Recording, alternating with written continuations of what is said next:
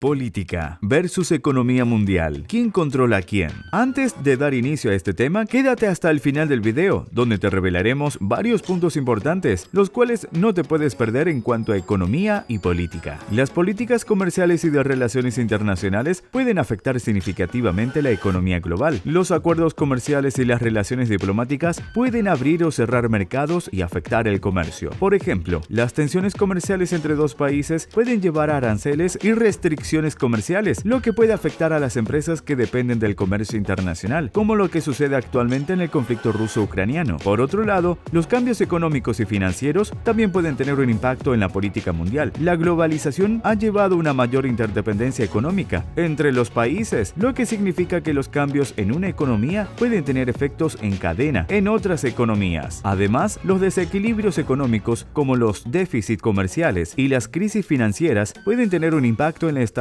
política de un país y en la percepción de los ciudadanos sobre la capacidad del gobierno para gestionar la economía. Hola a toda nuestra estimada comunidad, bienvenidos una vez más a Informando al Mundo, tu canal YouTube predilecto en información del ayer y el hoy, sobre últimas noticias y descubrimientos que pasan alrededor del mundo sobre historia, ciencia, cultura, tecnología y muchos más temas. En el día de hoy les traemos un video muy especial en el que vamos a compartir con ustedes sobre un tema bastante complejo, donde vamos a tratar varios puntos y aspectos, para así tener claro una cosmovisión acerca de nuestra sociedad y en la forma que trabajan los gobiernos y el comercio mundial. La política y la economía mundial están estrechamente interconectadas y se influyen mutuamente en varios niveles. Las decisiones políticas tomadas por los gobiernos tienen un impacto significativo en la economía de un país. Por ejemplo, las políticas fiscales y monetarias, como los impuestos y las tasas de interés, pueden afectar la inversión y el gasto de los consumidores, lo que a su vez puede afectar el crecimiento económico. Pero antes de continuar, nos gustaría saber tu opinión sobre esta pregunta. ¿Crees que los bancos y los gobiernos forman un monopolio obstruyendo las libertades financieras de nosotros, los ciudadanos? Con gusto los estaré leyendo. Sin más preámbulos, comencemos. Según la edición más reciente del informe Perspectivas Económicas Mundiales del Banco Mundial, el crecimiento mundial se está desacelerando marcadamente debido a la elevada inflación, el aumento de las tasas de interés, la reducción de las inversiones y las perturbaciones causadas por la invasión de Rusia a Ucrania. Dada la frágil situación económica, cualquier nuevo acontecimiento adverso como una inflación más alta que la prevista, aumentos abruptos de las tasas de interés para conectarla, el resurgimiento de la pandemia de COVID-19 o la intensificación de las tensiones geopolíticas podría empujar a la economía mundial a la recesión. Sería la primera vez en más de 80 años que se producen dos recesiones mundiales en la misma década. Pero analicemos desde una cosmovisión más sencilla de qué va todo esto. Comencemos por la historia de la economía política. Se puede decir que la economía política surgió con el mercantilismo en el siglo XVI. Dicha doctrina postulaba que los países eran más ricos conforme acumulaban la mayor cantidad de piedras preciosas. Por esa razón se postulaba que las naciones debían lograr una balanza comercial positiva. Luego, hacia finales del siglo XVII, nació la fisiocracia, que como respuesta al mercantilismo, afirmaba que la naturaleza, particularmente la agricultura, era la fuente de la riqueza. Posteriormente apareció Adam Smith en el siglo XVIII, quien se centró en el trabajo humano como la fuente de la riqueza. Su recomendación, en líneas generales, era que el Estado dejara a los agentes perseguir de manera individual su propio beneficio económico. De ese modo, el colectivo también alcanzaría la mejor situación posible. A este periodo se le denomina el de la economía política clásica. Luego, en el siglo XIX, vinieron Karl Marx y Friedrich Engels, quienes pusieron el foco en cómo se distribuyen los excedentes económicos. Marx, en particular, se refiere a una plusvalía de la cual se apropian los capitalistas y que es generada por los trabajadores. Marx explica el sistema económico diferenciando entre clases sociales, advirtiendo la explotación del proletariado. Frente a ello sostiene que los medios de producción no deben pertenecer a los agentes privados, sino al Estado. Finalmente se puede decir que hay una economía política neoclásica que surge entre finales del siglo XIX e inicios del siglo XX. Esta rompe, por ejemplo, con la teoría del valor-trabajo de la mercancía, postulando que el valor de los bienes es determinado por factores como la escasez o la valoración en términos de utilidad. Estimada audiencia, si te gusta nuestro contenido, no olvides suscribirte a nuestro canal Informando al Mundo y recuerda activar la campanita de notificaciones si aún no lo has hecho. Continuemos. América Latina no termina de dar paso al desarrollo. América Latina vivió un largo tiempo pendiente de su propio pasado. Debíamos evitar que los autoritarismos regresaran. Estuvimos construyendo nuestra fortaleza democrática para que el renacer generalizado de la democracia democracia no se convirtiera otra vez en una breve esperanza de libertad. Supimos triunfar ante este desafío. Así vivimos el ciclo democrático más prolongado de nuestra historia. Como es natural, nuestros horizontes y nuestros desafíos cambiaron. Ya no nos defendemos de los fantasmas del autoritarismo. Otras cuestiones llaman al desarrollo de nuevas estrategias, de nuevas políticas y consiguientemente de nuevos debates. Entre ellas, una de importancia decisiva para la sostenibilidad de nuestra organización política, el vínculo entre dinero, poder y democracia. El dinero y su poder pueden desvirtuar la voluntad del pueblo, pueden alterar la competencia electoral, sobornar, dictar políticas públicas, tornar frágil a la democracia. La discusión sobre un tema de esta importancia no tiene la relevancia equivalente al peligro que representa. El edificio democrático puede derrumbarse si el voto se decide más como resultado del dinero gastado en propaganda política masiva